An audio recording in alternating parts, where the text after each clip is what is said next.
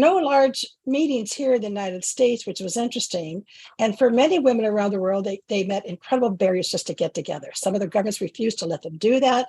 Some women in Iran, they're still looking for the women in Iran who danced without their hijabs. Women in Pakistan were confronted with large obstructions of the road, thinking, well, that would certainly prevent them from getting together. But women came together to say, I'm here, I matter, and this is what is concerning me. And we're going to be talking about some of those issues on Thursday night at a very special program, March 16th, 7 o'clock, part of our Distinguished Speakers series. And Sue, I would love for you to introduce our featured speakers. We have Barbara Slavin, who is a journalist. She is a distinguished fellow at the Stinson Center, which is a think tank in Washington, D.C.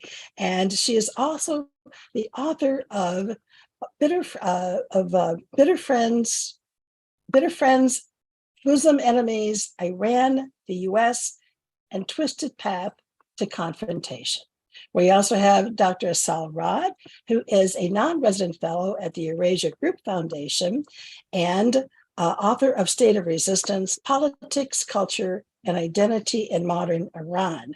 You may have heard their voices and you may have read some of their writings in CNN International, BBC World, NPR, Al Jazeera, the New York Times, The Economist, and Newsweek. These are women of profound credibility that have a distinguished background, tremendous knowledge, and we're looking forward to having them Thursday. Sue, can you introduce our speakers, please, with a good question of what people can look forward to on Thursday?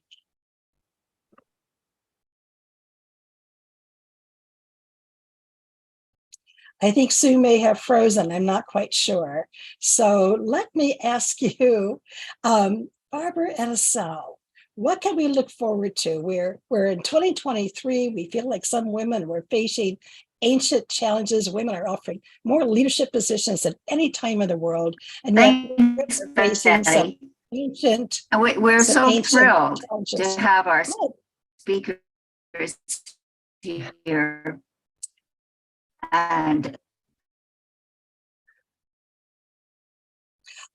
okay, I think Sue, you're having a problem with your frozen audio.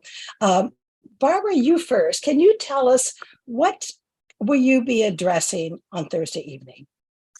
Well, first of all, I'm delighted to be asked to speak to you all. I used to go around to all the various World Affairs Councils back when my book first came out a number of years ago, and I really enjoyed the opportunity to talk to people.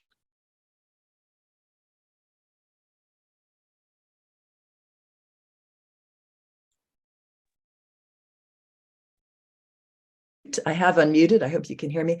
I'm going to be looking at the issue of women's rights in the Middle East, which is an area that I've concentrated on to a great extent, but I'll also talk about some of the other parts of the world that I've lived in and worked in as a journalist. And I'm going to reflect on the situation of women in my own country. I mean, I started college at a time when abortion was illegal, and women who got pregnant and who didn't want to be faced a real conundrum.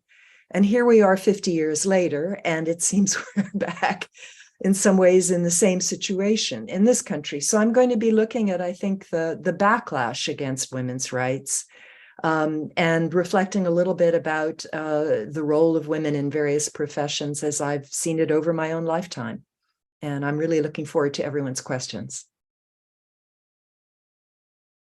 And Betty, you're muted. You have to unmute. Thank you.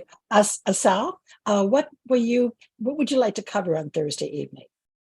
Well, also, thank you very much for having me. Yes. I'm always happy to be in conversation with Barbara. And very similarly to Barbara, you know, we want to, when we talk about the status of women on a global scale, obviously as Americans, we want to talk about it in our own country. And as, you know, women with expertise in other fields, specifically the Middle East, we want to talk about it there as well. For me personally, as an Iranian American, right, as an American of Iranian heritage, the scenes of young women on the streets in Iran in these recent months since September of 2022, after the brutal killing of Mahsa Amini, that has not just captured, you know, the attention of the entire world, but of course, for those of us of Iranian heritage, it's really captured our our imaginations of a future that can be different in Iran and how that can reflect on futures that can be different everywhere, right? There's also a tendency, I think, to believe when you're in Western countries that women's rights are issues for these other countries, but we're seeing that type of backlash occur in our own country as well. And so I think it's important to understand the status of women, that history, how far we've come, but also how far we need to go. Yes, I have to think with the women in Afghanistan, they must be looking at the women in Iran who are facing the same restrictions, same backlashes, now have been denied an education, a 6th grade, and wondering what would happen if we took to the streets like that. They had tried. But when you're facing a brutal regime, it's frightening. It's absolutely frightening. It's going to be a profound program. I can't wait till Thursday evening.